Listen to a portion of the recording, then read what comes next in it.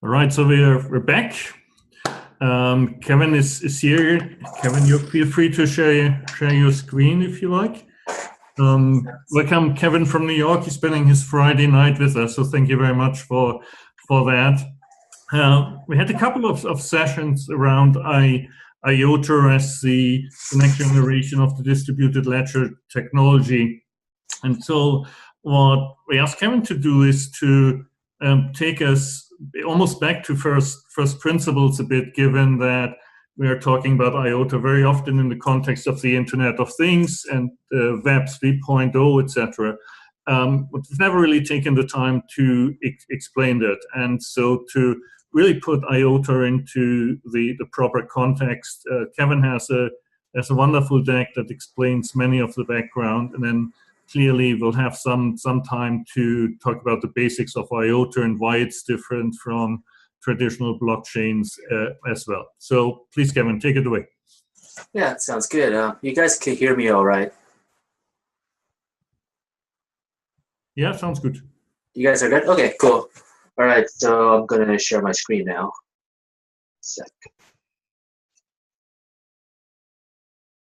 Yeah, 1 second.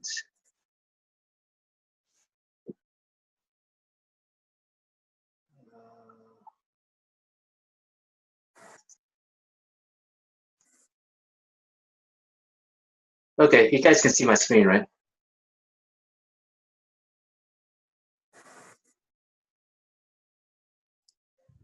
Yes, all good. Oh, good. Awesome. 1 sec while it's loading. Cool. So, hi, everyone. So my name is Kevin Chen. I am currently an evangelist at the IOTA Foundation. And today, I'll talk more about the overview about not just IOTA, but about blockchain and distributed ledgers and how they meet the IoT Mesh networks. So this is so I'm going to have more of a high level presentations. I will definitely go through a little bit about IOTA, but it's not just IOTA. But this is more of a grand overview of like this entire environment that we are trying to get involved in. So this is the layout of my presentation. I'll first give a high-level overview of the internet and where we're currently going. And then after that, I'll go more into detail about IoT machine-to-machine transactions.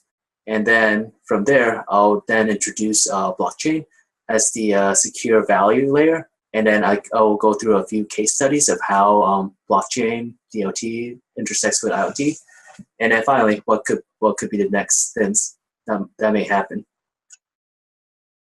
So, our involving internet. So, what is the internet? The internet that we know is a global communications network, and it composed of billions of computers, mobile phones, anything with microprocessors. And now we have more and more a variety of different customized devices that are also coming into the internet as well. And this is where internet becomes a little bit more and more complex because there's a lot of more and more players that are involved with the internet. And the internet is also synonymous with web, as web is used to derive from the World Wide Web or a website, and used to be the user interface of the internet. So we start out with Web 1.0, which occurred in the early mid 1990s, and this is when personal computers become more mainstream, and they broke the early majority. And at that time, since it's still very, very new, all we had is static web pages where the information is static, and all users could really look at the websites and get the information there, and they couldn't really manipulate it, as most of the times the webmasters are the ones who determine what are the websites that should be on the site. And all of these web pages are connected by hyperlinks. So in the second Web 2.0, which is more in the starting in the early mid 2000s until early this decade, this is where we have more of an interactive web, where at this time we have a rise of a lot of different social media platforms and also e-commerce websites, starting from Amazon, eBay, to Facebook, to Twitter, to all the varieties of different like social media that we know of. And this also coincides with the rise of the new different types of technologies, from Ajax to CSS, to make the websites more connected, such that while we are on the same like a web page, the web page can actually, in the back end, they can continuously get real-time data and update the web page instead of having the users to actually have to like manually refresh. And another interesting aspect is that there's also a rise of open source developments as well. So, what is Web 3.0? This is where Web 3.0 will take off, will pick up where Web 2.0 left out. And right now, Web 3.0 is still work in progress, and this is something we're actually still currently developing. And so this is what I'll try to define Web 3.0 as a blank canvas. It's going to definitely be a more peer-to-peer network, where Web 2.0 is more defined by client and server, or even if it's in the social media, it seems like I am interacting with another human being. I have to go through another type of a server intermediary. So it's a client server client model. But in Web 3.0, everything will become more peer-to-peer. And also, because it's more peer-to-peer, and we have a more secure layer, we will lead to a rise of more data that represents as a value. While currently, most of our data is purely information, but in this new web, you can start transmitting different types of values, like for example, cryptocurrency, but not just cryptocurrency, maybe digital assets or other even digital securities as well. In this new web, it will not just be human beings to human beings, but we'll see a lot more players, from machines or even intelligent machines, also taking part of this web, just like us human beings. And finally, for the human beings out there, we will have various different types of user interface aside from web pages, where that includes AR, like AR, VR, or even interacting with robotics. So, for this presentation, I'll start digging a little bit deeper of what Web 3.0 would actually look like under the hood, and I'll touch two of the most fundamental like plumbing of Web 3.0, which is the Internet of Things and the various connectivity protocols, as well as the blockchain DLT technology. So I'll first start introducing Internet of Things and machine-to-machine. So why IoT and why now? There's a lot of various different reasons why IoT is currently gaining a lot of steam, but that's the best way to summarize it. I will try to categorize it into two major reasons. The first one is the supply side, meaning that there's much more various types of devices that are out there.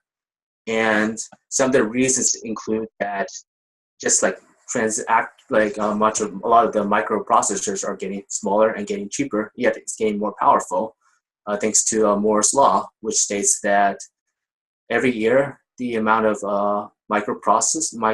amount of transistors embedded into the microprocessors will double, and that leads to rise of smaller chips that can be embedded into various types of devices, making them even smarter.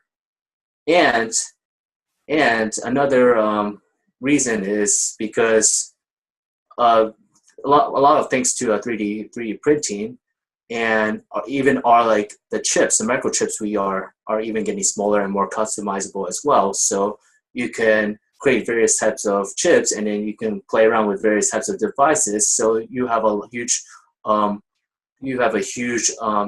ubiquity of various types of devices that are out there that are affordable for people to use. And then on the other side, a lot of people, businesses, corporates start to see a more need of actually using those devices because it makes more of their business processes smarter. For example, like the common boss phrase is that the data is the new oil, and having IoT like sensors will provide them with a lot more data.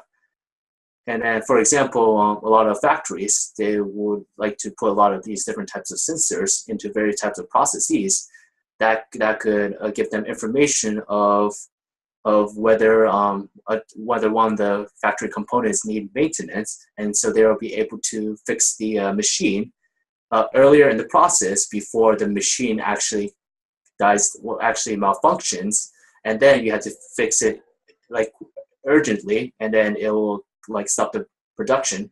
Whereas if you have smarter, if you have those smarter data, then you'll be able to fix the machine so it will still continue to run and it won't cause the process to break down. And also having these data, not only will it help you internally, but you can also sell these data externally as well. For example, a lot of different types of consumer applications, especially in terms of home automations. And right now we're at this point that like a lot of these businesses, from factories to smart cities, they started to realize the value of it, and now they want to utilize IoT as a way for them to gain competitive advantage. And now all these other businesses, they want to be left behind, otherwise they will start losing out in this competitive market. So there's this fear of missing out component.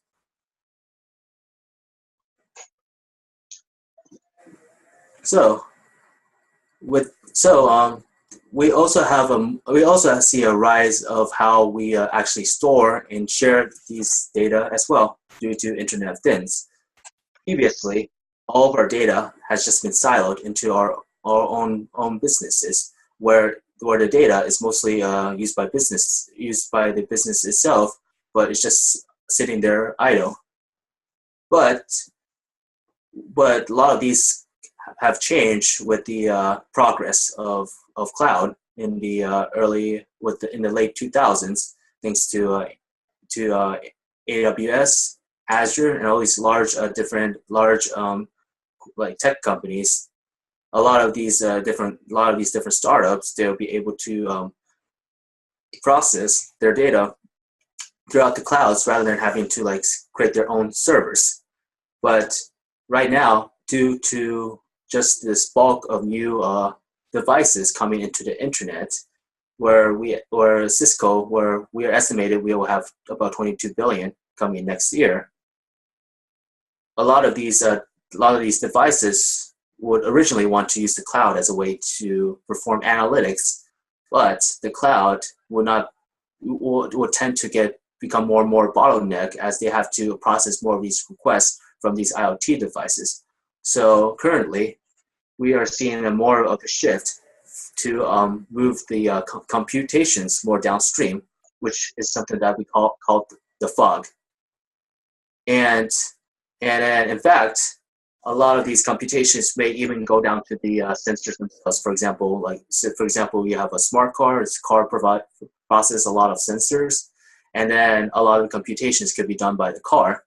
And the benefits of that is that the more processes, more computations, the more curating of the data at the lower level, the less bottleneck that will occur in the higher level as the MIS level will be able to send more polished, more valuable information for the fog computers to digest, and then the same from the fog to the cloud. However, despite a lot of these advances that are going on, there's still two critical challenges in the IoT. space. The first one is that there is a huge fragmentation of different network protocols, which I'll get into very soon. And then the second one is it's still a very vulnerable space.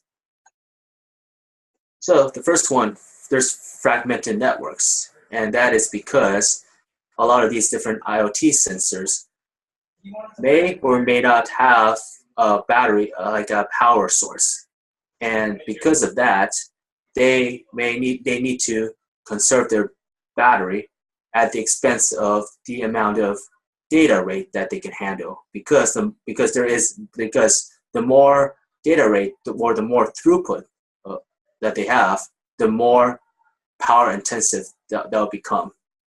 So, and also a lot of these different networks have different ranges and also different latencies, and the latencies also play into the role of conserving power. So this is why there's a lot of various types of standards. Some that are very power intensive, but that allows a lot of quick data throughput, while others it saves battery but has much less data rate. For example, you see on Sigfox or on-ramp. And for these networks, I'll walk through 5 different types real quick: cellular, Wi-Fi, radio frequency, LPWAN, and mesh. So for the cellular one, this is the one that we see on our cell phone, has 3G, 4G, and then soon 5G.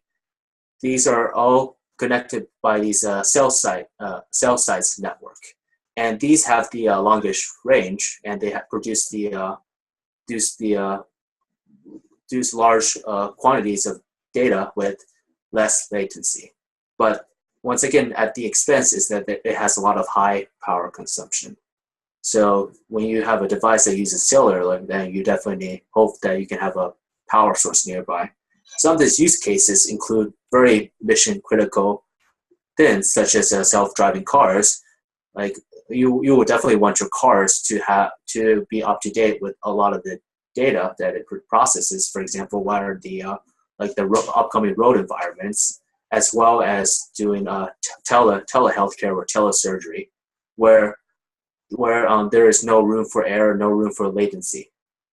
And then I like to consider cellular networks as like kind of the visa for IoT networks, because it's very mission critical. Although it is centralized, but it's very mission critical, and it could process a lot of data. So the second one is Wi-Fi, which is a wireless network that connects to a router, which is an access point that then connects to the Ethernet, which is a wired network. So the range is only 100 meters max, but it actually produces the fastest data rate from usually between 150 to 200 Mbps, but even the higher ones would be up to 600. And then this one is the most power consuming and also prone to attack. But a lot of our current use cases, like our mobile phones or laptop, even how I'm doing this presentation, involves Wi-Fi. And once again, it's because we have power sources, and that's why we can afford to use the fastest internet protocol there. So radio frequencies are more of these short distance device-to-device communications. The earliest ones called RFID, where we use RFID to tag different objects. And that includes retail, merchandises, and even cars. And then we have near-field communications, NFC, which is actually a subset of RFID, which is even shorter distances, device to device. For example, you have 2 different phones, and you just want to tap each other and make a connection there. Or you have like a contactless credit card, or even a badge. Those uses NFC. And then finally, we have Bluetooth Low Energy, and those are battery powered and has a beacon, which gives you a little bit longer range, and it's able to produce a little bit more contextual personal data, which are good for a lot of the different wearables that we use. So the fourth one is called low power wirenet, wide area network. And this connects a lot of battery powered devices to a central hub.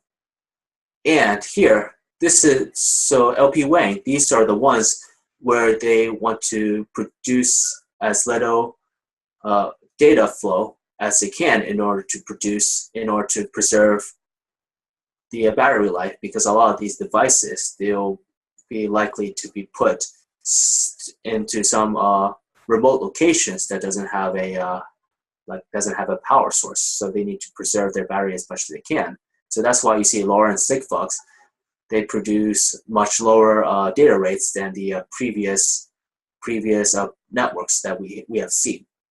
And some of these use cases here are smart cities, Industry 4.0, agriculture techs. Like, for example, one example includes utilities, where you don't need to have data flow right away. For example, you want to pay for electricity, and then once the month is over, and then you will just get a bill, and then that's when these LP-WAN devices will just ping you.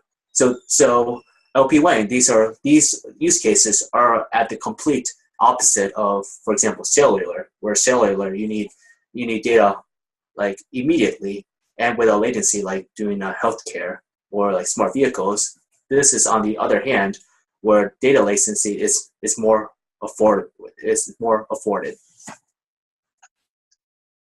And then here are more information about LoRa and Sigfox and their differences.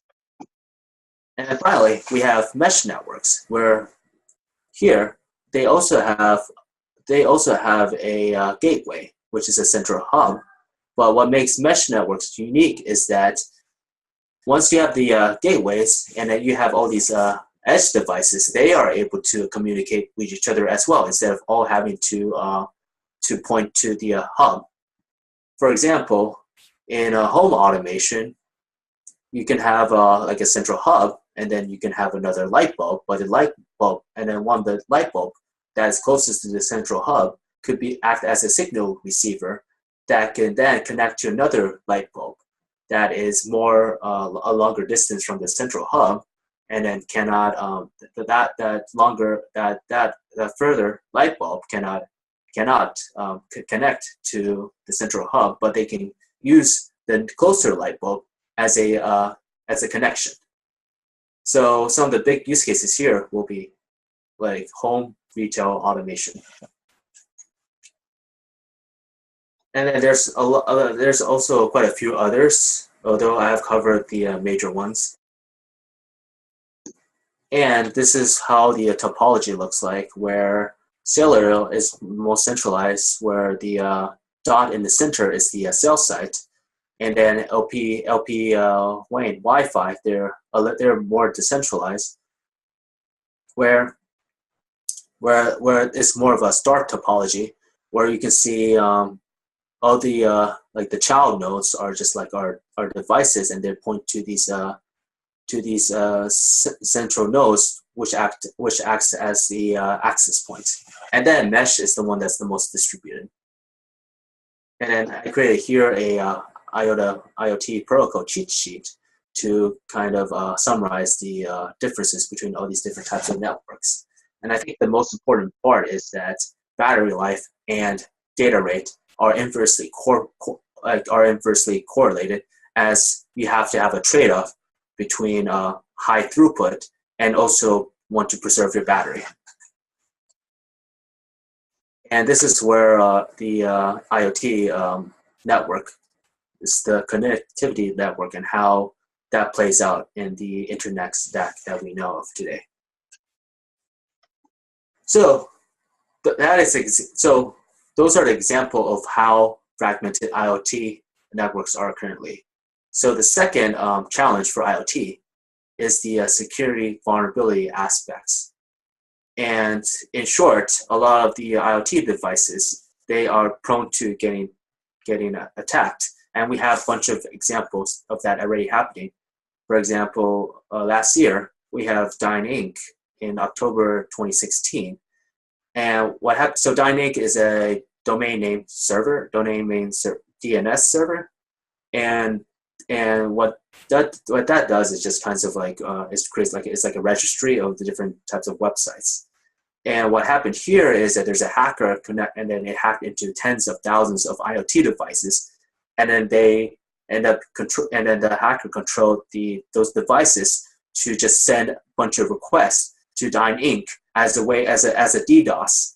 It just sent all these bunch of messages to Dyn Inc. and Dyn Inc. just end up brought down a lot of these large companies, including the Amazon and Microsoft. They all got seriously affected.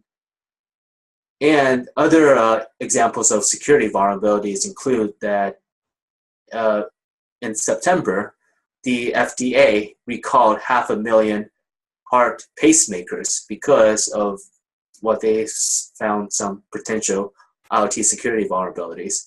And in May, there is a group of researchers from Italy. They did a demonstration of them actually hacking into an industrial robot and making it malfunction. So there is a lot of vulnerabilities that are out there, and it needs to be resolved, or else it will potentially provide it will really prevent the growth of the IoT market that we have. So this is where we where we start to add blockchain and distributed ledger technology as a layer above the IoT networks. So a quick basics of blockchain. Blockchains are a distributed ledger where its biggest value is that it reduces a single point of failure. For example, of what you see in Dyn Inc., that is a central server, and then you have tens of thousands of IoT devices, and it just brings down that single server. But with the distributed ledger, you cannot take down just one server, because there's many other servers that are also supporting the ledger as well. That's why it's called distributed. You have to attack the majority of the server in order to manipulate for example, manipulate the transaction, manipulate the blocks, and seeing which transactions are valid or not valid, and taking over an entire network. At least for the major blockchains, as we know, it's so computationally expensive that it's not worth worth attacking, and it's better off just supporting the network by mining. And some of the use cases for blockchain includes not just secure cryptocurrency transactions, but it can also be used for identity of things or data encryption, making a secure audit trail. And in the blockchain, there are two major types of data that's been propagated around. The first are the transactions.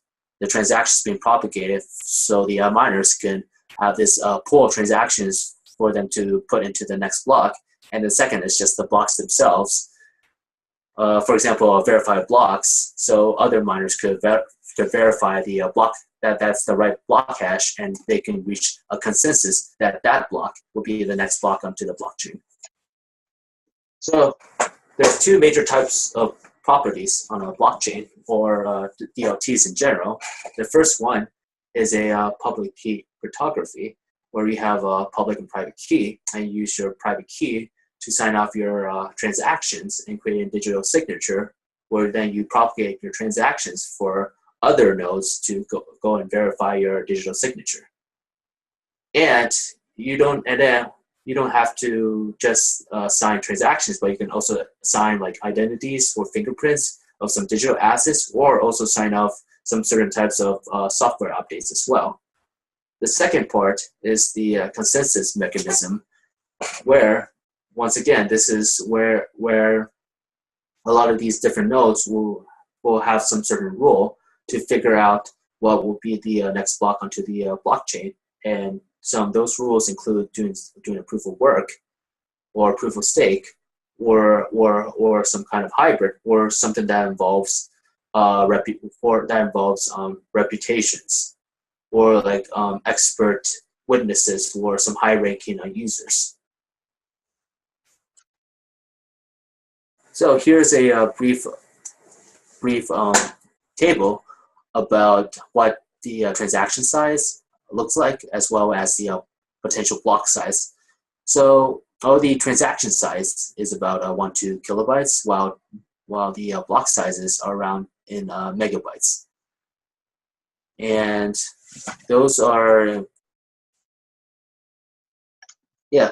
And then I'll describe more about how that will play out in IoT, since in a lot of these data connectivities, in order for these IoT devices to be able to use these types of blockchains, they need to be able to take care of these, at least take care of these different data throughputs. For example, you need to be able to comfortably transfer for megabytes per second if you want to transfer the different blocks. So the second component is mining, and this is where it gets different, because mining is race to the first, and you need to figure out which block to be onto the next blockchain, and that requires whoever gets the block hash first. And in order to get the block hash, you need to have the best computer, most application specific one, and you also need to have the fastest connectivity. That means that you should definitely at least have a power supply. So going back to the IoT network, if you don't have the fastest connectivity, or you don't have you don't use the fastest protocol, then you will not be able to compete in the mining process, or in other words, take part of the consensus aspect. So here, you see, on the left, you see transactions, and transactions, since they are about less than 1 kilobyte, more different types of IoT networks is able to afford to propagate transactions. But as for mining, that is a lot different story, because blocks are in megabytes, and you need the fastest IoT connectivities in order to take part of mining or the consensus aspect. And then there's one more part that I like to discuss about, is the partition tolerance, and especially DAGs, which are directed acyclic graph, and that is something that IOTA currently uses. So one of the aspects for blockchain is that they need to have a certain amount of block interval in order to figure out what would be the next block onto the blockchain. And if you are a device and you are not able to create the block within that interval, then you are out of luck, and you will not be able to participate in the consensus part. So how DAG differs is that in for example, for IOTA, when you make a transaction, you validate 2 previous transactions, and your transactions will be validated by future transactions as well. So instead of so blockchain, you have you create like a new set of a transaction like this, like discretely, where like every 10 minutes you have like this new set of transactions every 10 minutes. But in the DAG, you have more of this continuous stream of process of transactions. So for DAG, there is a concept that, unlike blockchain, you will not have a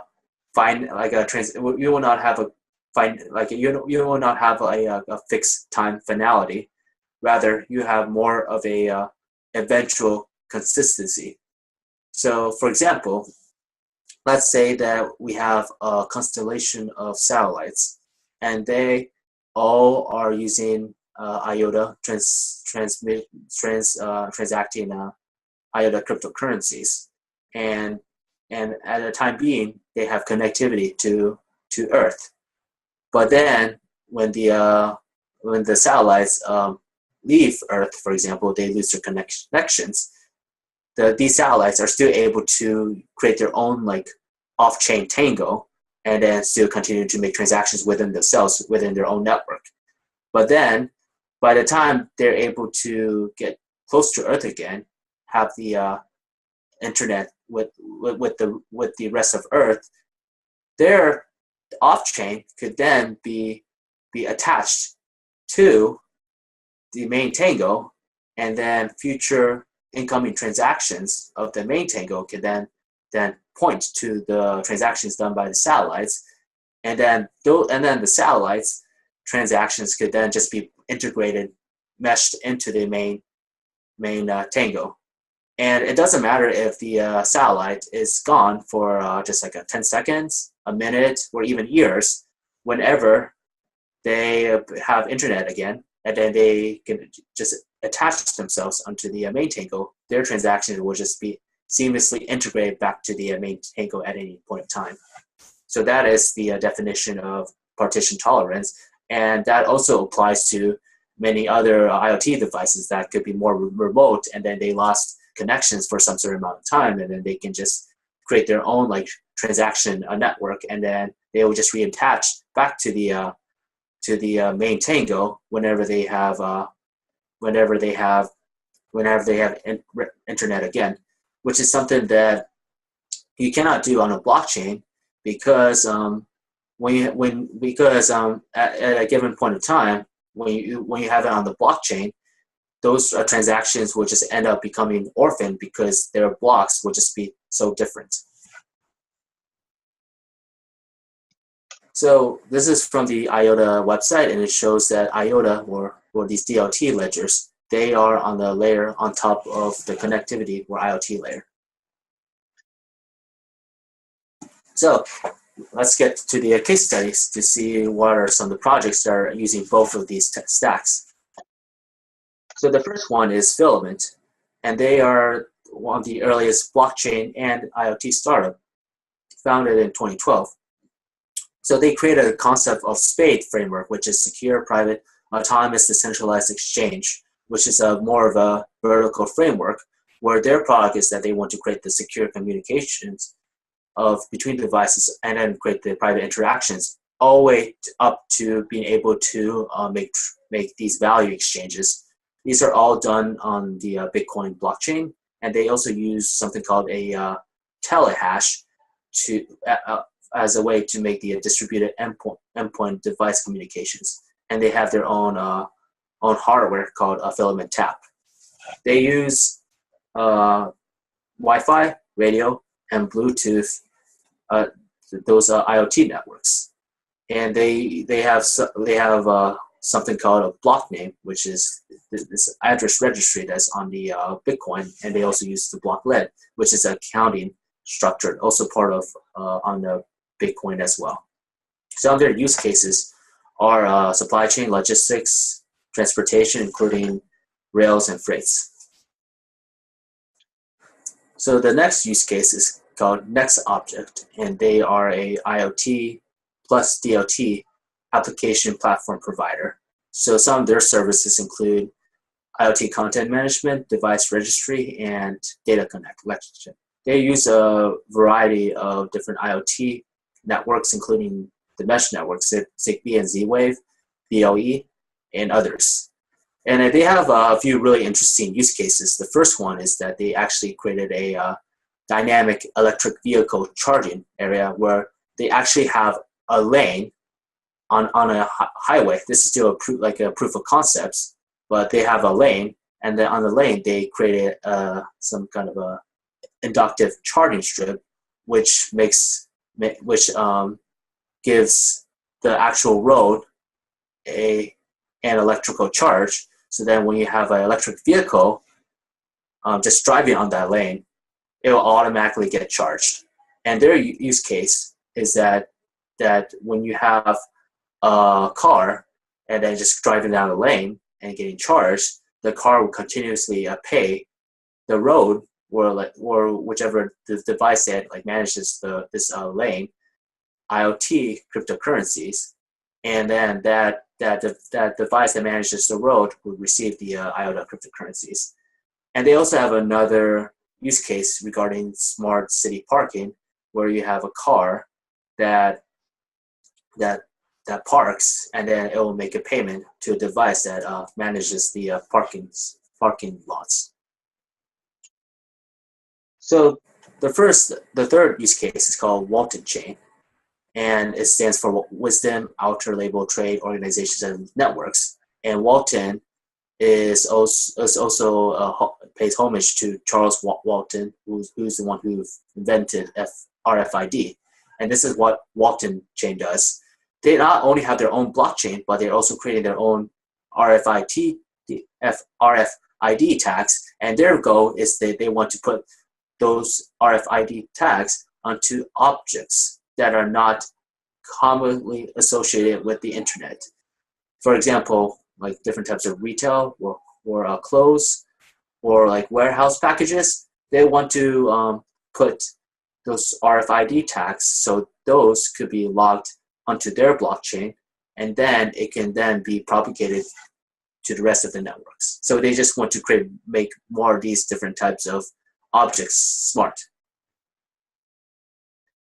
So the fourth one is called Althea Mesh, and what they do is that they want to create an incentivized community mesh network, where you have people creating like a mesh network hubs, and they actually make some money by having different types of users routing their data through their mesh hubs, and they will get paid via Ethereum. So this kind of opens up a new potential area of the smart sharing economy, where people could share and resources to each other and make some revenue in return. And this, in this case, the providers are the ones who are sharing their bandwidth to those who wants to propagate or reroute their data to another area as a way to either save money or to just get the data to their destination faster. So the last one is Modem, where their use case is in the pharmaceutical supply chain, and what they do is that they have sensors that records the environmental conditions of different aspects of the supply chain. For example, they have a temperature logger that tracks whether the temperature is within range to prevent these pills from perishing. And they use Ethereum, so they have the smart contracts aspects that allows people to make quick decisions of, given that the temperature goes down below some certain outlier, what decisions that they need to do. So they use BLE and NFC, and although they're currently using Ethereum, but they're also blockchain agnostic, and they're also looking for other distributed ledger technologies. So, given all that, what's the next step? And this goes back to our blank canvas. So this is given that once we have blockchain and IoT properly integrated, and a lot of this blockchain is able to resolve a lot of IoT vulnerabilities. That includes the security aspects and provides a common standard. Then we will see a more variety of different types of digital assets, from cryptocurrencies to tokens that includes ownerships of stocks or smart vehicles or smart contracts or software upgrades. So the second one is that once we have these different types of assets, and then we will have more different sensors that produces more data, and with all these different types of data, this kinds of incentivizes people to actually start using AIs or bots to make more sense of these data. For example, you can have like a bot or a decentralized autonomous organizations to make decisions about, given the data they have, what type of digital assets that they want to use or create for example, how much ownership of a smart vehicles they want to do, or whether they want to issue some type of software update. So the so what also could happen is that once we have strong IoT networks with minimal latency, and also we also have a lot of intelligent systems running on top of it, this could lead to swarm intelligence, which is that we have a lot of different types of bots. For example, drones that could coordinate their efforts, make executions, and also be able to interact with each other, vote with each other in real time in order to make these different processes. And then finally, for the human beings, we have these new types of user interfaces that goes beyond just what we see on websites or web pages, and then we will be able to interact with augmented reality, virtual reality, robotics, or other types of devices. So going back to Web 3.0, this is what I think that this may look like. First, we have the physical layer, and then we have the IoT connectivity and blockchain layer as the trusted consensus layer that allows people to create a digital value. So those two layers are the ones I covered today. And then we have the data aggregation, the AI, and then we have new softwares that can be created with AI, IoT, and DLT libraries. And finally, we have the front-end layers, which includes the robotics, smart cities, AR, and VR. So thank you for participating, and I hope you enjoyed my presentation. Thank you very much, Kevin. There's quite a lot going on in the IoT space.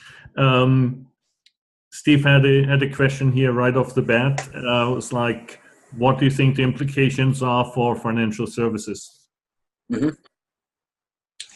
So I think financial services is a very different use case compared to IoT, where financial services will definitely have more of an emphasis in the transaction finality aspects, where when you want to make trades, you want it to be settled, you want it to be verified as soon as you can. And then I think those are where blockchain will be the best at. But on the other hand, another potential value for distributed ledger technology is the feeless aspects, where currently we have a lot of banks, a lot of different intermediaries. For example, at least in the U.S., we have a very complex financial systems. We have like the custodies and broker dealers. They all like take out a small amount of some small or substantial amount of fees that makes trading or making like different financial services more expensive. So if blockchains where DOT is able to cut the cost down even more, then there's definitely more value for blockchain, or whichever blockchain where DOT is able to save the most amount of money, or is the one that's the most valuable. Thank you, Kevin. Steve, probably putting it back to you for the next presentation as well, when we look at kind of the Internet of Things and insurance, right, in all the devices that you can possibly get to track all types of body functions and metrics around this, or all the drones that will be flying around, or autonomous cars, etc. Seems like a big impact on insurance. From the banking side, if you think that many of the payments will actually be machine to machine as well, question, do you want as a bank to play a role in that? So I think hard to predict, right? But the future will be interesting. I think banks could still play a role as a managerial role, like the ownerships of these different types of digital assets. For example, they might own or become like a board member of these like smart vehicles or these different types of machines. So I think if they are forward thinking that they can still play some roles there. Thank you.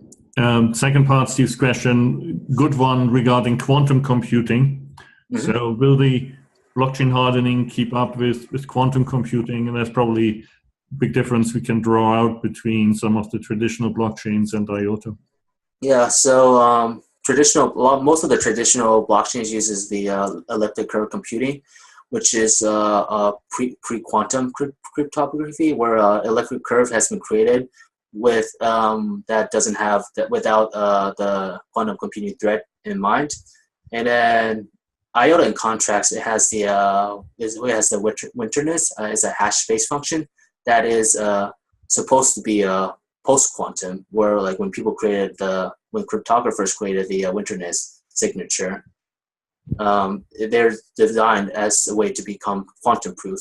Although I do see that right now quantum computer is still very new. I think IBM just released just like a few thousand qubits of quantum computers, and it's still a very fledgling technology. So I do see that within a few years, when there's more developments regarding quantum computers and becomes more real, that I do see a lot of the blockchains start to have more of a push to try to upgrade to more quantum resilient cryptography. And I think my biggest concern is not about like how, it's more about like whether all these post-quantum cryptography is actually quantum proof in practice. I think the numbers for the mathematicians are that if you look at kind of the SHA-256 encryption that like Bitcoin or Ethereum apply, if you assume a quantum computer that would be able to be like 17 billion times faster, and so actually do a brute force attack on the key, while on the IOTA side it's 3 to the power of 4, meaning 81 times faster. So I think for those who are mathematically inclined, you can Google the equations for that. I wouldn't be able to explain the math, unfortunately. Here's a good question around the scalability of IOTA then ultimately, although raised slightly differently. How are you addressing the data growth in the blockchain that makes verification of transactions increasingly data intensive? So is the question referring to like the growth of the Tangle? And where's the Tangle stored? Yeah, I mean, I think this is a good opportunity to draw out how the Tangle is different from a blockchain and what that means in terms of as the volume of a transaction increases, what does that mean to the performance of a blockchain versus a DAC? I see. So how Tangle works is that when you make one transaction, so going back, when you make one transaction, you verify 2 previous transactions, and then your transaction will get confirmed when enough future transactions verify or validate your transactions. So the more transactions that are coming in, since each transaction validates 2 previous transactions, so the more transactions coming in, the more validations that's actually occurring. So the more people are actually making transactions, the faster it actually gets because of more transactions are just getting confirmed. And then this is in contrast to the blockchain, where they have fixed block size and they have a fixed block interval. For example, 10 minutes for Bitcoin, 3 minutes for Litecoin, and they need to have a fixed block interval because they need to give all these different these miners around the world some certain amount of time for them to be able to create their next block and to propagate the blocks around the network. And because they have a fixed block size and fixed transaction size, they have fixed block interval size, they have a fixed transactions per second, where the more people actually try to use it, then the more the more like queued up the blockchain will become. For example, this really big viral applications called CryptoKitties kind of highlights this this issue where this application became viral, and then a lot of the people like started to just make transactions with these applications, and that caused a lot of headache for other people using smart contracts on Ethereum. And then this is another reason why in like Bitcoin and Ethereum, people are not happy if you keep spamming very little transactions, like 0.0001 transactions, because that could kind of queue up the unconfirmed transactions, where like somebody has a more legitimate transactions would be able to want to move through in order to put themselves onto the block. And that also leads to another point where when there's more transactions, the more demand for these transactions to be put onto the block space. So the miners putting the transactions into the blocks, they will choose the transactions with the highest amount of fees, and then the more transactions are coming in, the transaction fees will just become higher and higher, because in order for people wants to get their transactions done first, we'll have to pay the highest amount of fees. Right. So there was no way we could avoid the CryptoKitties in this conversation. Yeah.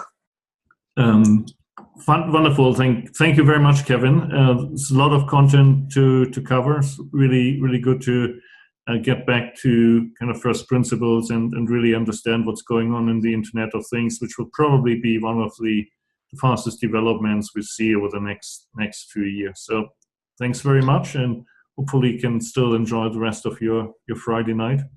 And yeah, thank you for having me. We'll take another 3-minute break or so. Steve, don't go anywhere. And then we'll continue with Steve Monahan and discussion around Gen Life and innovation in insurance. Thanks again, Kevin. Talk soon. Thank you. Thank you, Norbert.